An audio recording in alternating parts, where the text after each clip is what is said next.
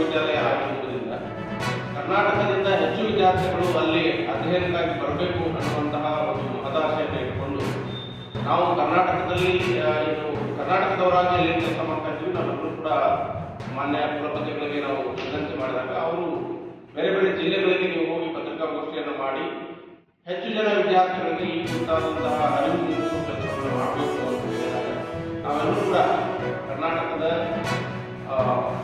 ವ್ಯಕ್ತಿಗಳೇನಿದ್ದೀವಿ ನಾವು ಬೇರೆ ಬೇರೆ ಜಿಲ್ಲೆಗಳಲ್ಲಿ ಪತ್ರಿಕಾಗೋಷ್ಠಿ ಮಾಡಿ ಹೆಚ್ಚು ಜನ ವಿದ್ಯಾರ್ಥಿಗಳು ಕರ್ನಾಟಕಕ್ಕೆ ಬರಬೇಕು ಅನ್ನೋ ಉದ್ದೇಶದಿಂದ ಇದು ಮಾಡ್ತಾ ಇದ್ದೀವಿ. ನಮಗೆ ಅಡ್ಮಿಷನ್ನಿನ ಕೊರತೆ ಇಲ್ಲ. ಬಿಹಾರ್, ಉತ್ತರ ಪ್ರದೇಶ್, ಗುಜರಾತ್, ರಾಜಸ್ಥಾನ್, ಈವನ್ ನಮಗೆ ಅರುಣಾಚಲ ಪ್ರದೇಶ, ಅಸ್ಸಾಂ, ಮೇಘಾಲಯಗಳಲ್ಲೂ ಕೂಡ ವಿದ್ಯಾರ್ಥಿಗಳ ಸಂಖ್ಯೆ ಇದೆ. ಕೇವಲ ಕರ್ನಾಟಕದ ಜನತೆಗೆ ಈ ಬೆನಿಫಿಟ್ ಆಗಬೇಕು, ಕೇಂದ್ರ ಸರ್ಕಾರದ ಅಡಿಯಲ್ಲಿ ಸ್ಥಾಪನೆಯಾಗಿರುವಂತಹ ಈ ಸಂಸ್ಥೆಯ ಉಪಯೋಗ ಈ ಕರ್ನಾಟಕದ ಜನತೆಗೆ ಆಗಬೇಕು ಅನ್ನುವಂತಹ ಒಂದೇ ಒಂದು ಉದ್ದೇಶದಿಂದ ಈ ರೀತಿಯಾಗಿರುವಂತಹ ತಿಳುವಳಿಕೆ ಕಾರ್ಯಕ್ರಮವನ್ನು ಮಾಡ್ತಾ ಇದ್ವಿ. ವಿಶ್ವವಿದ್ಯಾಲಯದಲ್ಲಿ ಅಡ್ಮಿಷನ್ ತಗೊಳ್ಬೇಕಾದ್ರೆ ನೇರವಾಗಿ ವಿದ್ಯಾರ್ಥಿಗಳು ಬರುವುದರಿಂದ ಆಗುವುದಿಲ್ಲ. NTA ಎನ್ನುವಂತಹ ಒಂದು ಸಂಸ್ಥೆ ಇದೆ, ನ್ಯಾಷನಲ್ ಟೆಸ್ಟಿಂಗ್ ಏಜೆನ್ಸಿ.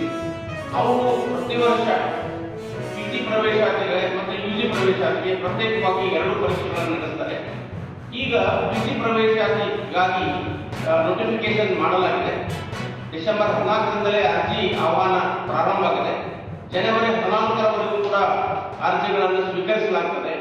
ಅಲ್ಲಿಯವರೆಗೆ ಯಾರು ಇನ್ನೂ ಫೈನಲ್ ಇಯರ್ BA ಓದ್ತಾ ಇದ್ದಾರೆ, BCom ಓದ್ತಾ ಇದ್ದಾರೆ, BSc ಓದ್ತಾ ಇದ್ದಾರೆ, ಫೈನಲ್ ಇಯರ್ ಓದ್ತಾ ಇರುವಂತಹ ವಿದ್ಯಾರ್ಥಿಗಳು ಕೂಡ ಅರ್ಜಿಯನ್ನು ಸಲ್ಲಿಸಬಹುದಾಗಿದೆ.